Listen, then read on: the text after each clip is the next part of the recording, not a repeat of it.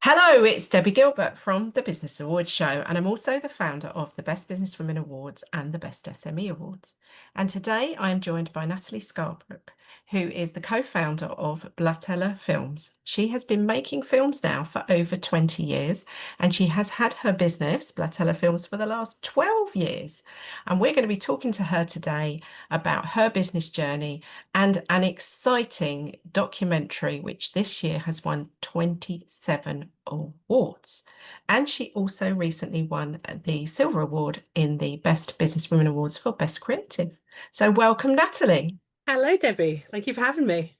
Well, the last time I saw you was on stage collecting a Silver Award for Best Creative Business. Natalie, tell us about your story and how you came to be at this point now in your business. I always call myself an accidental business owner because it was never in my initial plan to run my own business, work for myself. Um, when I graduated university with my film studies degree, determined to be a filmmaker, I assumed that the route I would find into the industry would be the traditional one of sending off CVs and sending off applications, and someone else would hire me. But unfortunately, I graduated in 2010 and there was Well, a big recession. So very few people were hiring, and even fewer were hiring, first timers out of university and things like that. So I did try. I did stick it out for about a year, going to the job centre and doing that traditional route of applying for jobs that were posted. Had some very very low success rates. And I mean, the sort of jobs just weren't being advertised there. But I had a couple of unpaid internships and things like that, which were okay, but still you end up with no sort of like progression really, because the internship is by definition it's a temporary position. So about a year after coming back from university and doing all of this, myself and my fiance at the time, Ben, who was also a filmmaker, we did a film at university together. We decided, right, we've had enough of this. We need to make our own work, essentially. We already had a computer to edit on. We managed to save enough up to buy a second-hand camera. And we just then started essentially hustling, for lack of a better term. We started talking to people that we knew in our home borough of Thurrock in Essex, and basically just saying, look, do you need an event covered? Do you need a film for your business to, show people what you want to do and things like that? And slowly we managed to build up a client base, and from there we were able to get a better camera and we could upgrade the computer, and it kind of just went from there. So we very quickly, within about a year of doing this, realized, right, this is actually a really good way forward for us because we can be our own bosses. We are making films, so we're doing the thing that we wanted to do, having spent 3 years and several £1,000s of university, we're doing the thing that we wanted to do. It just turned out that it was going to be working for ourselves rather than for someone else. And that was 12 years ago now. We're in our 12th year of Blatella Films. And it's going from strength to strength, as proven by, scooping the silver award at the awards a couple of weeks ago. Fantastic. no, it's amazing. What a journey you've had. So, you told me about a project that you worked on this year, this documentary that you've made that's won 27 awards. So talk me through this documentary that you've made and also explain how awards for films work, because they're very different to business awards, aren't they? They are definitely, yeah. So the film that we created is called Our Journey to Pride, and it's essentially the story of the first ever Pride Festival in Thurrock, our home borough. It had never had a Pride Festival before, and as far as the LGBT community network for Thurrock was aware, nothing has really ever happened before they started holding events. And they were holding monthly socials and lots of different events. But really, for anyone in the LGBT community in Thurrock to have a Pride experience, a Pride festival experience, they would have to leave. They'd have to go to London, or they'd have to go to Basildon, Southend, maybe Essex Pride in Chelmsford. There was nothing in their hometown where they could experience that level of acceptance and and safety for that, that wonderful day where everyone comes together. And so when we heard that the LGBT community network was going to be putting on the first ever Pride Festival, we were really interested in capturing that process. We'd already been sponsoring Southend Pride, which is where we live now, for I think about 6 or 7 years at the time. So we were already well aware of the types of different Pride festivals there are and things like that. And thankfully, they said, yes, we'd love you to make a documentary, which is brilliant. So we followed them for about 6 months in the run up to the Pride Festival, which was in June 2024. Yes, get my years right. And it was a really interesting process because we were following all of like the planning, listening to the ideas that were coming out, and we could envision the event that was going to happen. But of course, there was the anticipation of, how is the event going to go? How is it going to be received in the community?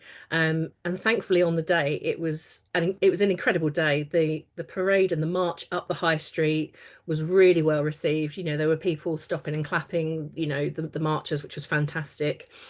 The Pride Festival itself was held at the Thameside Theatre Complex, and so they had 3 floors of all different kinds of things, cabaret acts and quizzes, and they had information stalls, and it was a really fantastic day overall.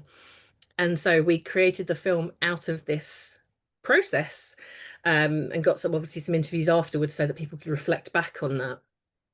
And we had a screening for the committee, and we soon realised that actually what we had here was a really important message in a film. And with their consent and permission and enthusiasm and encouragement, we started sending it off to film festivals. And when you send a film off to film festivals, many of them don't allow you to have that film online. Some do, but the vast majority of them will disqualify if your film's online. And that's for the simple fact is most of the film festivals are in person, and they want people to come to their festivals. And obviously, if a film is available for free online, then there's less chance of those audiences coming, which is totally understandable. So we started sending the film off almost immediately once it had been premiered. And I think we've sent it off to goodness, countless film festivals across the world, all different continents. And yes, to date, we've won 27 awards and a couple of distinctions as well, honorable mentions. And it's been screened in all manner of places. We've had it screened in America, Canada, India, Dubai, Serbia. We've had Scandinavia. It's obviously been screened several times in the UK as well, which is fantastic. And it's really heartwarming to constantly get sort of like the email saying your film has been selected or your film has won an award, because it's proof that not only have we made a good film, which is very nice to hear, but it's also proof that that message is important and it's getting out there and it's being heard and it's making an impact, which is ultimately what we wanted when we were making the film.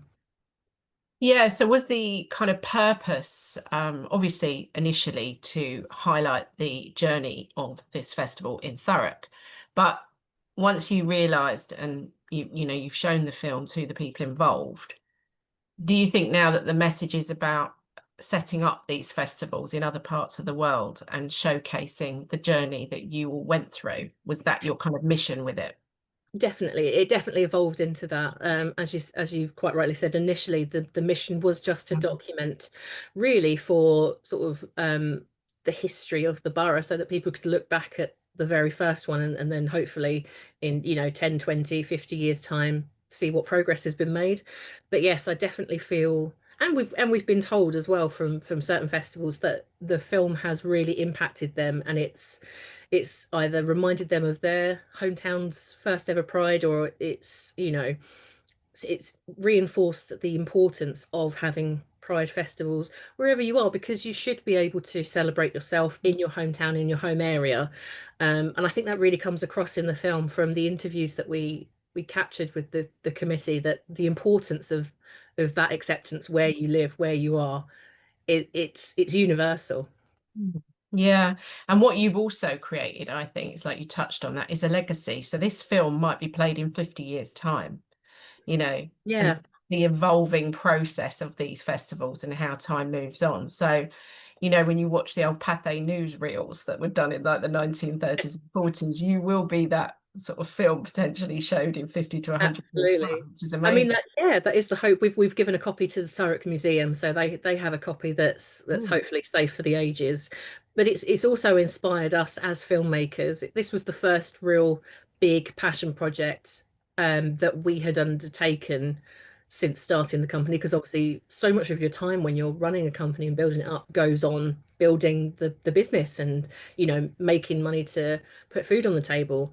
But this has really ignited in both Ben and myself a real passion for sort of filmmaking for ourselves. And so we're working on our next documentary, which I will be directing. So Ben directed Our Journey to Pride. I'm the producer and editor. And now the next film that we're going to be making is mine, and it's called Witchcraft and the Stilettos, redefining the Essex girl narrative. And it's all about exploring the Essex girl stereotype, because I'm an Essex girl. Born and bred in Essex, lived here my whole life apart from a couple of years at university. And it's really interesting so far how far that stereotype like really affects women and girls. So we're going to explore everything from Towie to the original 80s Essex girl with her stilettos and her perm, all the way back to the witch trials in the 1600s. So yeah, Our Journey to Pride is really it's I think it's highlighting a really important message. It's it's shining a light on the committee work that they're doing in Thurrock, but it's also given us a new sort of like spark of motivation for the business as well, but also to continue making our own projects. Yeah, and I mean, 27 awards, surely that would hold you in good stead if you wanted to make this second film and pitch that to TV companies. Would that really hold Absolutely. some weight, I would imagine? It definitely does, and it also does with other film festivals, because it shows that other film festivals have seen quality in your work, and so you're more likely to get selected for other film festivals. So it definitely, I suppose, it's like winning business awards. It shows to other people that you have a real credibility. You're an authority on whatever it is that you are Mm. in business for, and film festivals definitely they work for us on those more personal projects that we're sending out to film festivals, but I think they also reflect well on us as a business, because we're using all the skills that we have honed over the last 12 years making corporate films. We've put that into a project that, okay, Blatella is that's the banner for it, but it is a half professional, half passion project. So those skills are really sort of being put to good use, and in different ways that we might not get to do for some corporate clients, but they can see the work that we're doing there. And Yeah. I think it kind of feeds back that inspiration that they think, oh, actually, maybe we could do something, a bit more exciting, a bit different. We don't have to be scared. We can, take, we can borrow things from cinema, from documentary, and put them in the corporate world, and it will really work. Yeah, sounds great. So what kind of made you venture into entering business awards? Because they're very different to film festivals. What was your sort of thought process behind that?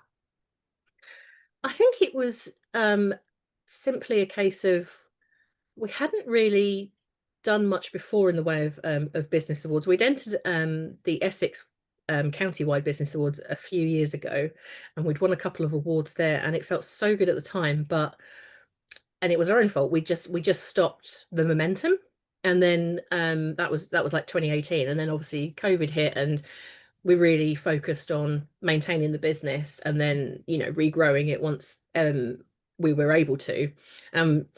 Thankfully, very luckily, we came out of COVID relatively unscathed, which was fantastic.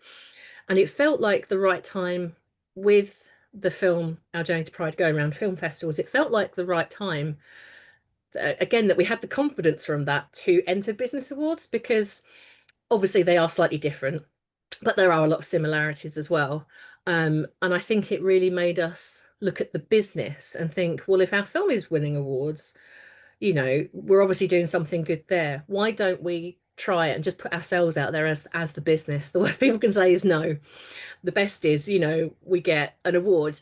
And so it's really been just sort of realizing that we are worth entering, because people will see the worth in our business. And it's really been fantastic. Just coming home with the trophy, which sits on my desk. Oh, Um, it's a real motivator, not just to keep going and look at other awards, definitely looking at the SMEs, the SME awards, definitely. But also I think it really, especially because, being a business owner can be very isolating. I'm lucky I work with my husband and we've got like a group of freelancers, but it's still very different to being in a corporate environment where you see people every day and have those, in-person conversations. So I think having the opportunity to get together in a room with, hundreds of other business owners and have those conversations, and, you know, be awarded something and someone says you're doing really well, we see, the worth in what you're doing, and it just feeds that motivation. It really does. yeah, it does, because this is why I set the awards up, because it is such a slog running a business and no one is there to pat you on the back and say, well done. And actually, sometimes that's all we need. And just that validation for the work that we do, that somebody else has externally judged it and gone, do you know what? You're doing a really good job there. So let's Absolutely. talk about the really good job. So you make predominantly corporate films for businesses.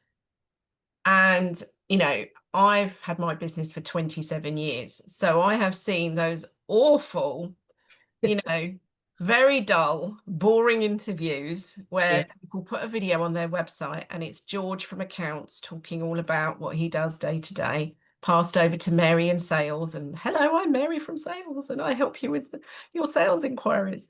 And then you might get the CEO at the end going, yeah, we're a great team here at XYZ and da da da da da. And they're all a bit dull. Yeah. So talk me through your processes and the sorts of films that you're making with companies and how you can make that a little bit more interesting and different.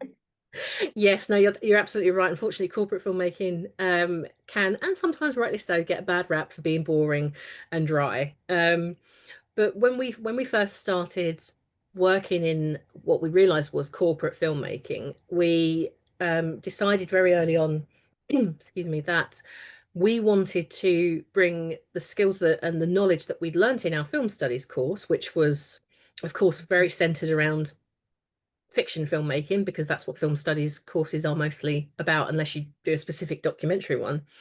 Um, and I think at the time that we were doing our degree, I don't even think there would have been a film for business course. There No. will be now, but there certainly wasn't then. Um, but we realized that a lot of the information and the skills that we'd learned through our course were easily transferable to the corporate world. Um, and I think through our enthusiasm and our gentle nudging of clients and saying, what do you think about this? What if we tried this? What if we look at this example from maybe a different industry, but actually this could really work for you? I think we've built up a reputation with our clients of being very honest, and creative, offering them creative ideas without forcing it on them. Like, you have to do it this way, otherwise you can find another film company. That's not us. No. We're very happy to give suggestions about how to make something a bit more dynamic, especially if it's for an outside audience, Mm. especially if it's not necessarily a training film that has to deliver a very specific, prescribed message. And I think we've been that sort of reputation has spread through word of mouth. A lot of our clients are returning clients, and new ones are through word of mouth. And I think that creative streak that runs through is the main reason why people come to us. Because if you've never had a film before, or it's been a while since you had a film, you might have no idea where to start. You might have no idea how to reach your audience. You might not know how to take the information that's on your website and, distill it into a 2-3 minute film, or gosh, even, a 1 minute or 30-second film for social media. And so some people come to us and they say, I have no idea where to start, but this is the information I need to get over. Can you help us? And we will come up with, everything from scratch if we need to, or we can take a brief and, add our sort of like film lens to it. It really depends. Obviously, some clients have a good idea of what they want, but I think we've really developed a knack of taking the information from someone's website, or having a, you know, a Zoom call with them and getting the idea of what their business is about, and turning that information into a film plan that will work for them. And yeah, we've always believed from day one that corporate filmmaking does not have to be boring. In fact, it shouldn't be boring. There's no need for it to be. It's film at the end of the day. Just because it's on the internet and it's for your website doesn't mean that we can't borrow things from documentary, from fiction. You know, there's lots of different ways that we can take those things and apply them to corporate filmmaking. And it makes it more dynamic for the viewer, who are already media savvy and media literate. You know, everyone watches TV, everyone watches films, so we all understand these conventions within filmmaking. So we understand it if we apply it to a corporate film.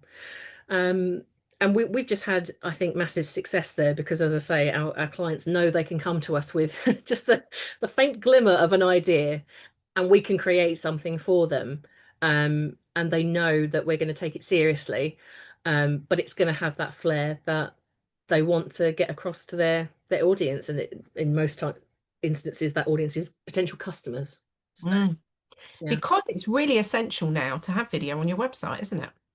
Absolutely. I mean, on our website, we have the phrase "film is fundamental, I saw. video is vital," and that's absolutely true nowadays, because social media and even just search engine algorithms absolutely love video, because audiences love it. People want passive information.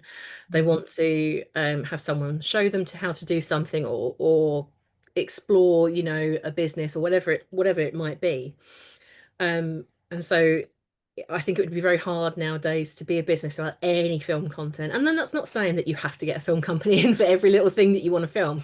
There's absolutely, um, you know, room for just authentic, on the fly, get your phone out, film stuff, you know, make it really raw and, you know, sort of vloggy style. Absolutely still do that.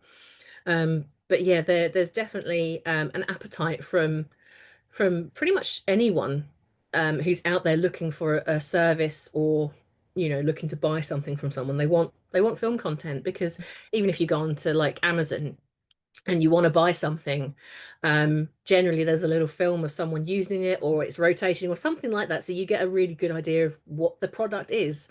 And that applies, that, you know, that scales up to, you know, huge businesses as well. At the end of the day, audiences want to have the ice broken before the ice is even broken. You know, you can introduce people to your company and the atmosphere that you give off and the vibes you give off, um, essentially without even having to make that first contact. And that will help people make first contact, because they will see, I get this company, they're going to get me. Exactly. So a good film is an investment, really, like a website. It's another part of your business sort of attributes that you should have. And it is an investment, isn't it? And you can repurpose that film into smaller clips and do other things with it too, can't you, on social media? Absolutely, yeah. We're doing that as standard nowadays with most of our clients. So if someone comes to us for a 3-minute explainer film on their website, we will say to them, oh, while we're in the editing suite, we'll cut out 3 20-second clips that you can put on your social media. Mm. Because again, it's a really useful way of um, accessing the audiences that are out there. And we like to give value for money, essentially, because we know that's going to obviously help people come back to us. That's going to help our business maintain its stability. Um, and it also gives us a chance to experiment sometimes with new techniques. You know, we can say to a client, how about we try this? You know, Mm. we see if this works, and, you know, we go from there. And so do you kind of find that you're doing the majority of one-off projects with clients, or that they're calling you back every few months to do another set of new films, or is it a bit of a mix of both? It's a bit of a mix, actually. So we have a couple of clients who we are doing work for every other week, every couple of weeks, and it's because they need a constant stream of messaging for both internal and external. One of our most regular clients at the moment is C2C, the train line that runs across the bottom of South Essex, and they've obviously just gone nationalized, so they have a lot of messaging they need to get out to a lot of staff and a lot of passengers. And one of the easiest ways to do that is film clips for their social media, for their intranet, things like that. And then we have other clients, mostly schools and things like that, that will come to us every year and a half, something like Mm. that, because things have changed, they've added courses, they've maybe got a new building, things like that. They don't necessarily need things don't move quite as quickly in their business or organization as something like a freshly nationalized business. So yeah, I think it's probably about an even split between those two different types of clients. Any particular industries, or again, have you just got a big mix? We've got quite a good mix. The good thing about film is that it can literally be applied to any industry, absolutely any industry. Um, we do, as I say, like with C2C, we've got a couple of clients that are sort of like our regular every month or so. So we do a lot of work for the NHS, for the different NHS trusts that are in Essex. Um, but yeah, it really varies. We've done work with councils, businesses, all the way down from one man bands up to, huge regional brands. We do work with schools, theatre groups, individual artists. So we've dabbled in a lot of areas, and I think that also gives us a really good scope when coming up with something for a new corporate client, is that we can say that we've had an experience in all of these different types of industries, and we can pull experience from all of that and put it into your project. Mm. So I mean, you've already touched on really how you work with your clients. They come to you and you help them generate some ideas. So I'm guessing, I was going to ask you for some tips, but I'm guessing you've actually given me that tip, that actually you just need to sit down with a filmmaker and have a conversation. If you're really like at that starting point where you want to get some film made for your business, but you don't really know where to begin, you probably sitting down with somebody like yourself and brainstorming some ideas is probably the best place to start. I would say so, yeah, because you'll get an idea for like their personality, and you'll figure out if they're the right company for you. Um, we always try and make sure that we're not selling ourselves. We're selling the things that we can make for people, but we want people to come to the decision to hire us without feeling pressure, because then we we know that they are coming into it with a really sort of like unencumbered spirit. We can really work with them, and I wouldn't want to be sold to that hard that you think, oh, did I really want to go with that company? So we always try and make sure that we have a very good back and forth. So I would definitely say that if you're talking to a film company, make sure they're the right one, because I suppose there's not as many of us as there are other types of businesses, but there are a few of us out there. So yeah, definitely have a really good chat about the kinds of films that they can make for you, and kinds of different styles, and can I send you examples, and you can tell me if it's doable, things like that. But also just maybe just start on your phone, you know. Mm, Um, as I say, there's not always a need to get a film company, and there's lots of ways to use your phone to get some really fantastic content, especially for social media. Perhaps think about getting a film company in for creating, that big explainer film on your website, a couple of really good sort of like, if you've got different services, for example, let's say you have 3 services, you get a little film about each, because you could then send those off to clients and things like that, and then you rely on your phone material for social media. So it really, yeah, it can really be totally bespoke to you and how you want to use film. mm, So I think don't be afraid to start. Have a look on Instagram and TikTok and Facebook and YouTube, and see what other people are doing in your industry, and try and get some ideas. If you've really got absolutely no idea, see what other people are doing. mm. Um, That's and nice. even if it's not your industry, maybe, you see someone doing something for, maybe a landscaping company, but you think, actually, Mm, if we just changed one, two, three things, that would actually work really well for us. mm. So it's just about having the confidence just to start. Yeah, it's a really good idea. So I'm going to ask you a question, because I think for people listening to you and your story, about working with your other half. So 12 years of working with your other half. What tips would you give to anyone who is working with their partner to try and manage the dynamics between work and home. Yes, I know it wouldn't work for everyone. I do know that. I think we have a policy of being honest. Mm, So if I do an edit that's not quite working, he tells me, "Oh, I think you need to change that." If he does something on a shoot and I think, "Oh, for goodness sake, this is going to cause me hours of editing just to fix it," I say, "Do you mind in future doing this instead of that on the shoot? Because otherwise I'm going to be here forever." So we have a policy of just being honest, because if you don't be honest, then things bottle up and eventually you have big eruptions. So we just say, no, that's not quite right. Can you do it this way? Oh, that's sorry, the edit's way too long. You need to cut this, this, and this. And we do have disagreements every now and again. You're going to the same way as you do, in your personal life. You're not going to agree on everything, but everything we do, we know is for the good of the business. And I don't know, we've always just been very good at compartmentalizing mm, work stuff with home stuff, and it is a bit more difficult. Obviously, we work from home as well, or I do. Ben's often out filming. I'm the main editor, so I'm always at home in the office. Um, but yeah, not physically having to leave your house to go to work obviously also blurs those boundaries a bit. We have a separate room. So I'm in our office at the moment. This is a completely separate room to the rest of the house. And so it's easy of an evening to shut off because we leave the phone downstairs, we turn the emails off, and we can't physically see it because it's in a completely different room. That's definitely a good tip to maintain that work-life balance, regardless of if you're working with your partner. Um, but yeah, I think the biggest thing is just to be honest and not like we're never mean to each other about the things that we need to change in each other's work. I think that's the thing. We know I know Ben doesn't do things on shoots deliberately to make my life a hassle. And he knows I don't deliberately make edits too long or whatever.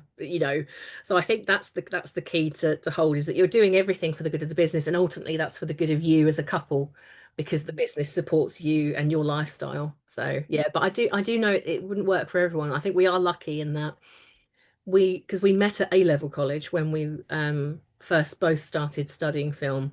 We were friends first, and